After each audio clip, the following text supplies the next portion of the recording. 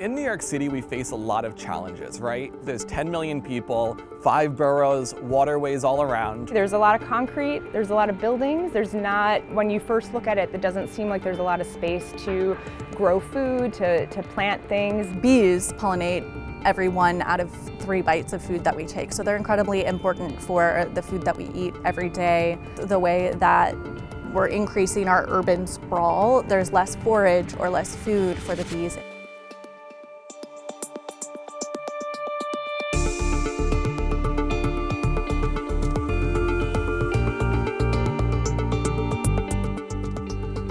City Grow is responsible for maintaining community gardens and educating school children about the importance of pollinators, rooftop gardens. We're really grateful to ConEdison, truly.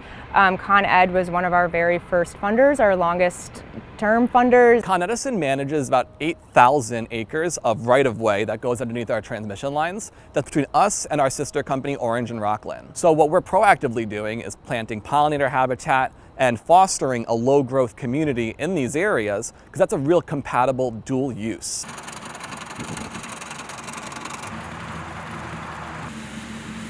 So when you get to New York City, it presents its own unique challenges because you can't have these big towers as they get to a densely populated area. The agriculture here has to be very, very innovative.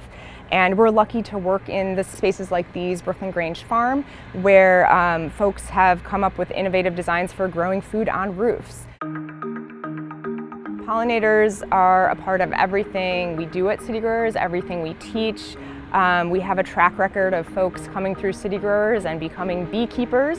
I've always had a real interest in the natural world. My uncle is actually a beekeeper and sells his honey.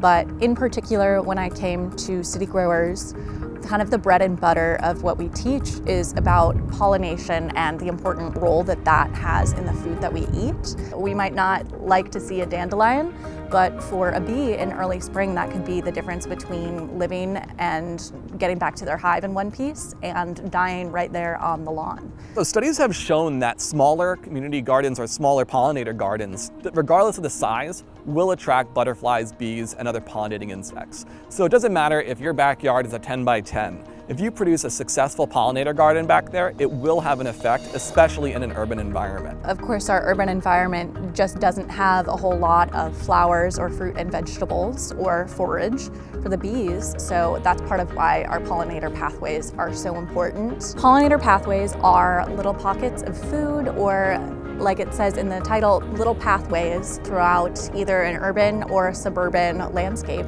where the bees have forage or food.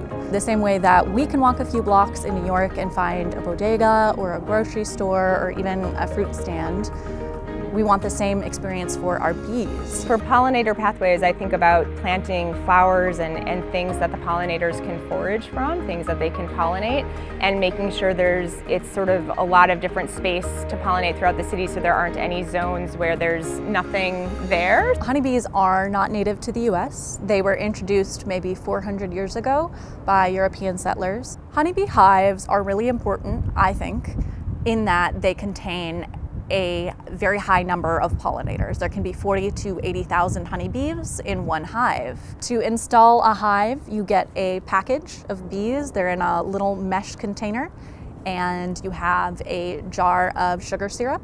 You also have a queen. The queen bee is the most important. She is the bee who will lay all of the eggs in the hive.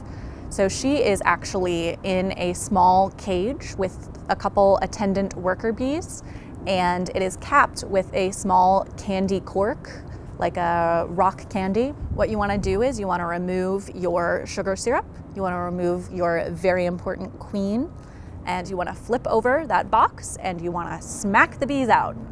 They're lighter than gravity, if you can believe it, so it doesn't hurt them to just pop them into what's called a Langstroth hive.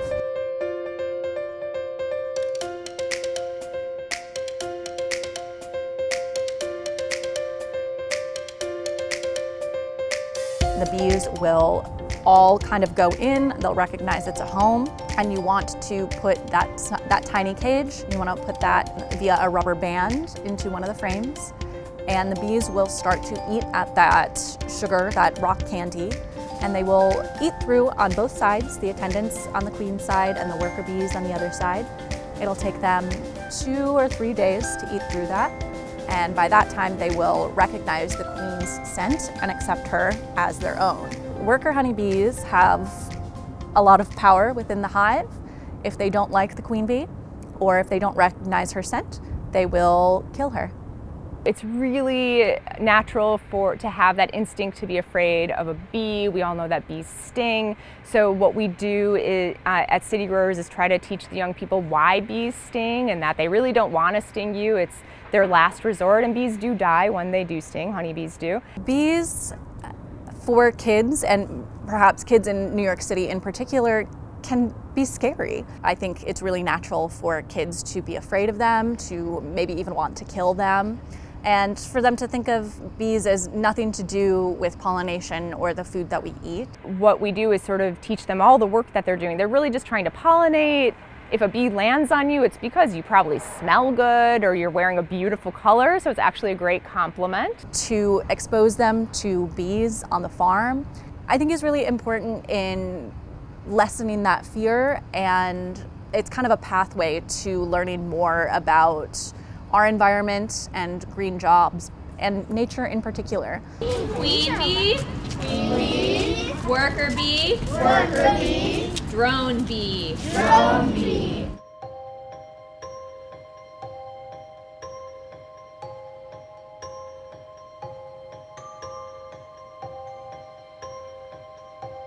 If pollinators, specifically bees, were to become extinct, that would be kind of a grim world.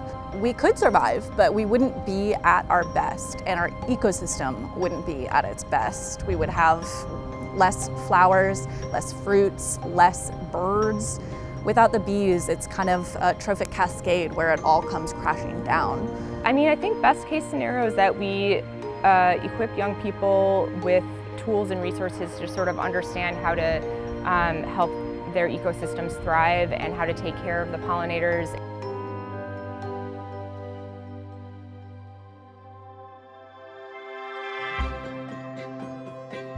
What I really think about is if the founders of Brooklyn Grange Farms can think up a crazy idea like having a farm on a roof, the young people who come here with all of their creative ideas, just imagine what they can think of being inspired by a place like this.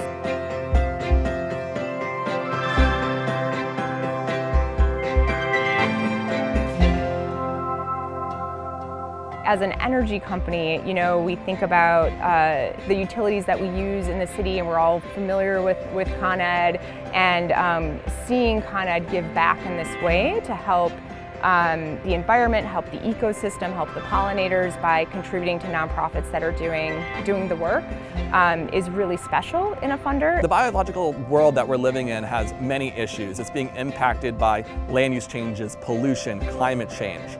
Our goals are really to combat that. Biodiversity preservation, as some have said, is the opposite side, the other side of the coin of climate change.